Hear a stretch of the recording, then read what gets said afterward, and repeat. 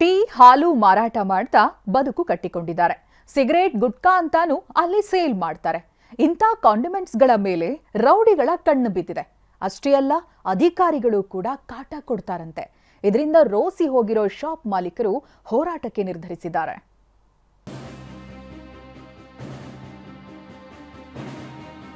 ಅಧಿಕಾರಿಗಳ ಕಾಟ, ರೌಡಿಗಳ ಅಟ್ಟಹಾಸ, ಶಾಪ್ ಮಾಲೀಕರ ಆಕ್ರೋಶ. ಬೇಕರಿ ಕಾಂಡಿಮೆಂಟ್ಸ್ ಬಂದ್ ಮಾಡಿ ಹೋರಾಟಕ್ಕೆ ನಿರ್ಧಾರ. ನೋಡಿ ಹೇಗೆ ಹಲ್ಲೆ ಮಾಡ್ತಿದ್ದಾರೆ ಅನ್ನೋದನ್ನ. ಕಾಂಡಿಮೆಂಟ್ ಶಾಪ್ನವರು ಸಿಗರೇಟ್ ಕೊಟ್ಟಿಲ್ಲ ಅನ್ನೋ ಕಾರಣಕ್ಕೆ ಪುಡಿ ರೌಡಿಗಳು ಹಲ್ಲೆ ಮಾಡ್ತಿದ್ದಾರೆ. ಇದು ಬೆಂಗಳೂರಿನಲ್ಲಿ ಕೆಲ ತಿಂಗಳ ಹಿಂದೆ ನಡೆದಿರೋ ಹಲ್ಲೆ. ಇಂಥ ಘಟನೆಗಳು ಬೆಂಗಳೂರಿನ ಗಲ್ಲಿ ಗಲ್ಲಿಯಲ್ಲಿ ಆಗ್ತಾ ಇರುತ್ತೆ. ಇದರಿಂದ ಹಲ್ಲೆಗೊಳಗಾಗಿರೋ ಬೇಕರಿ ಕಾಂಡಿಮೆಂಟ್ಸ್ ಮಾಲೀಕರು ಈಗ ನಮಗೆ ರಕ್ಷಣೆ ಕೊಡಿ ಅಂತ ಹೋರಾಟಕ್ಕೆ ಸಜ್ಜಾಗಿದ್ದಾರೆ. ಹೌದು, bakery item, tea, coffee, cigarette ಅಂತ ಮಾರಾಟ ಮಾಡಿ ಬದುಕು ಕಟ್ಟಿಕೊಂಡಿರೋ ಕಾಂಡಿಮೆಂಟ್ಸ್ ಮಾಲೀಕರಿಗೆ ಪುಡಿ ರೌಡಿಗಳ ಹಫ್ತಾ ವಸೂಲಿ ಕಾಟ ಹೆಚ್ಚಾಗಿದೆಯಂತೆ.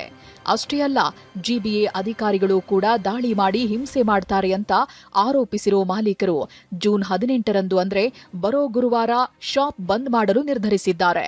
ನಿಮ್ಮ ಅಧಿಕಾರಿಗಳಿಂದ, ಸರ್ಕಾರದ ಅಧಿಕಾರಿಗಳಿಂದ ನಮಗೆ ಸಮಸ್ಯೆ ಆಗ್ತಾ ಇದೆ.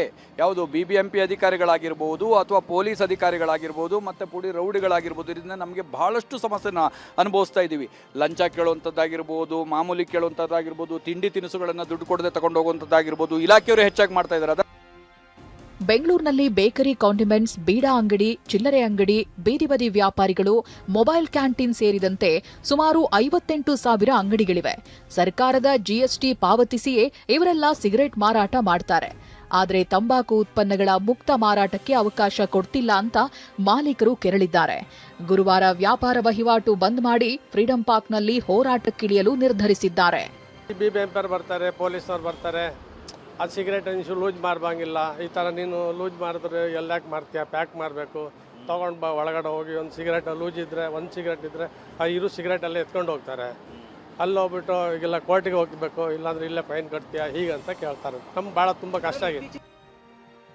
ರೌಡಿಗಳ ಅಟ್ಟಹಾಸದ ವಿರುದ್ಧ ಕೆರಳಿರೋ ಕಾಂಡಿಮೆಂಟ್ಸ್ ಮಾಲೀಕರು ಪೊಲೀಸರು ಅಧಿಕಾರಿಗಳ ವಿರುದ್ಧ ಆರೋಪಿಸಿದ್ದು ಪ್ರತಿಭಟನೆಗೆ ಸಜ್ಜಾಗಿದ್ದಾರೆ. ಕಿರಣ್ ಸೂರ್ಯ, TV9 ಬೆಂಗಳೂರು.